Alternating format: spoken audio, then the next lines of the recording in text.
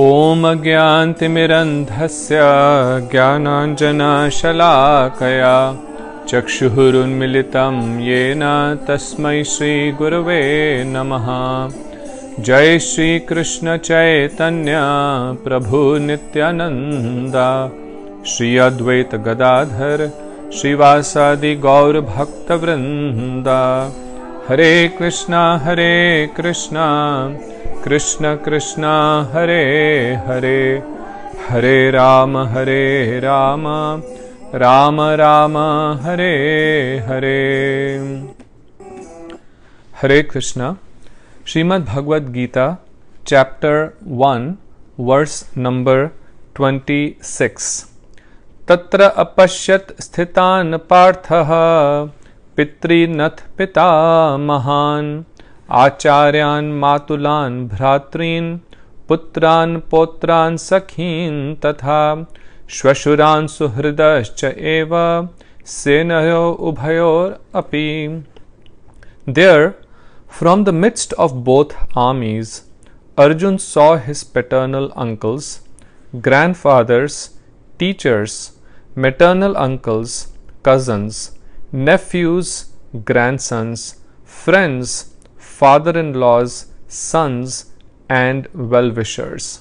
So upon Arjun's request, when Krishna brought the chariot in the middle of the two armies, and Arjun started looking at those assembled on both sides of the armies, he then realized the extensiveness of his family's involvement in this battle.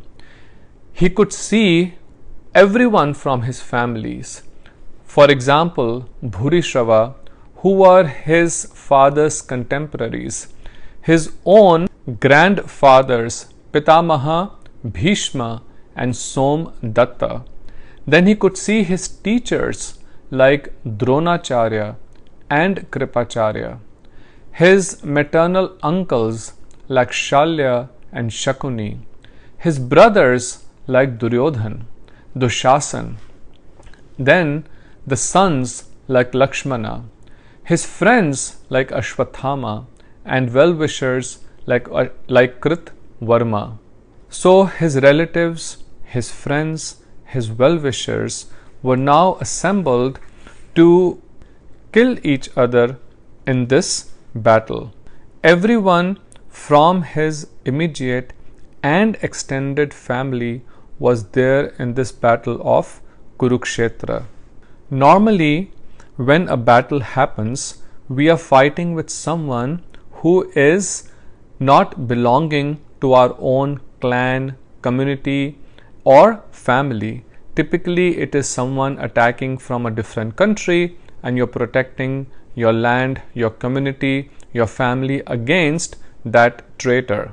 Even if there is a fight between two kingdoms that may belong to people from the same family, still it has been seen in other historical battles that there were only a few people from the family involved. But in this battle of Mahabharat, pretty much each and every person from the extended family of the Kuru dynasty was involved. These were the personalities that Arjun had great respect for. He had spent his childhood and his youth under their protection, learning from them. And even though they were on the other side, his respect, his admiration, the honor that he gave to them had not diminished.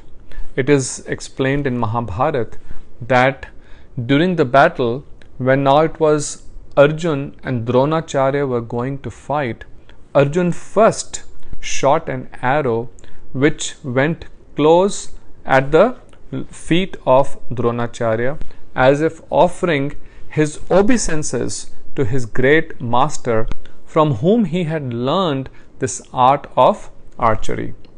Dronacharya also then shot an arrow which went and touched the head of Arjun, giving blessings to his dear disciple. "O my dear son, we know that now we have to fight. We are pitched against each other, but my love and affection for you is still the same, and I am blessing you that may you be victorious in this battle." So these were the great personalities under whose tutelage Arjun had spent his entire childhood and youth. Then his own cousins, Duryodhan, Dushasan, and others with whom he had studied together in the ashram, in the Gurukul of Dronacharya. They had played together, they had eaten together, they had slept together, they had had so much fun together. But now, for the sake of the kingdom of Hastinapur, that who would be the one ruling this vast kingdom, they were pitched against each other in a battle that would shape the course of history, that would change the course of history. Seeing this, what happened? Verse number 27. Tan samikshya saha kaunteya sarvan bandhun avasthitan kripaya parya vishto vishidan adam idam abravit. Seeing all his friends and relatives standing near him on the battlefield, the son of Kunti, Arjun, lamenting and overwhelmed with compassion for them, spoke thus. So far, Arjun had the drive to fight with the opposing army of Kauravas, and he knew very well that it was his brothers and cousins that he was fighting against. But when he actually saw them in this battle, ready to kill or die, he developed cold feet. He became overwhelmed.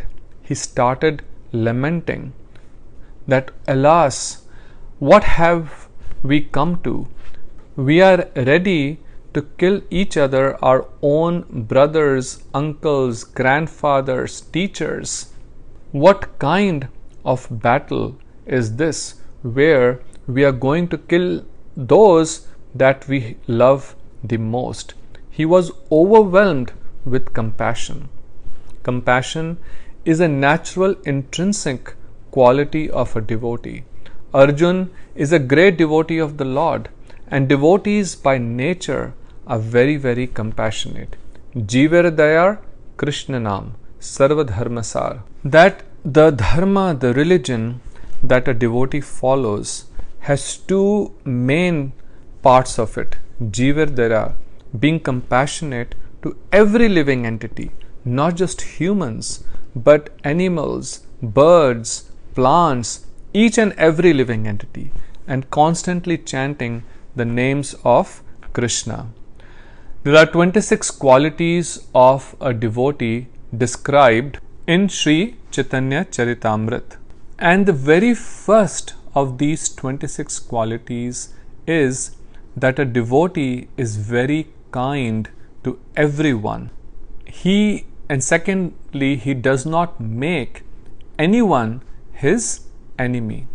He is truthful and he is equal to everyone. So if you see these first four qualities, there are 26 qualities of a devotee given in Chaitanya Charitamrita.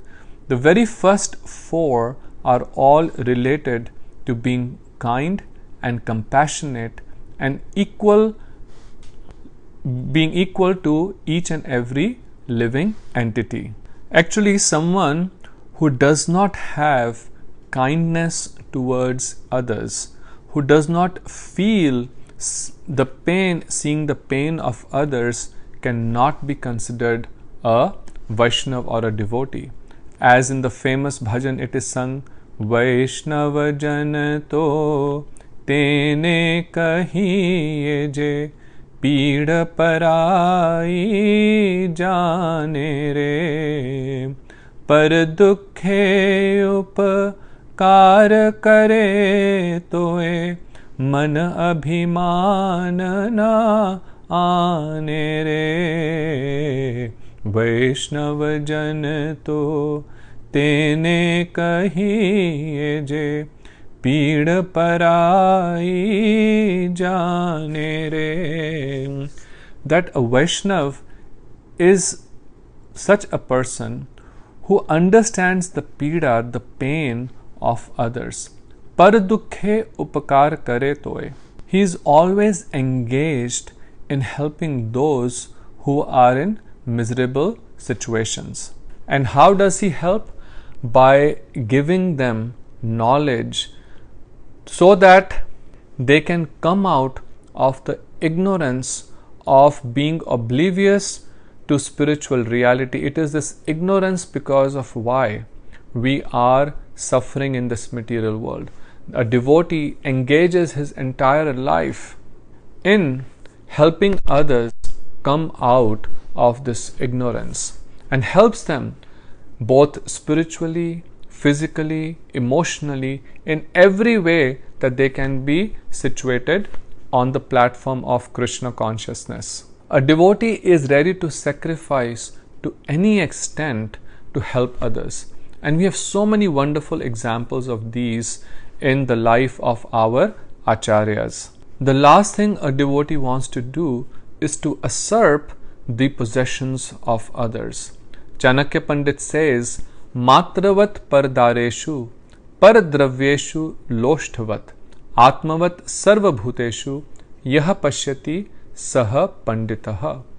That one who considers another's wife as his mother, matravat pardareshu, considers another's wife as his mother, and then pardravyeshu loshtavat, another's possession as a lump of dirt. That means he never tries to irreligiously take over what belongs to others. He is never envious of the success of others. He is never jealous of the wealth that another person possesses, because for him another person's wealth, another person's possess is simply a lump of dirt. Then Atmavat Sarva Bhuteshu, and he treats all other living beings as he would himself. Yaha Pashyati Saha Pandita. Such a person is actually a Pandit.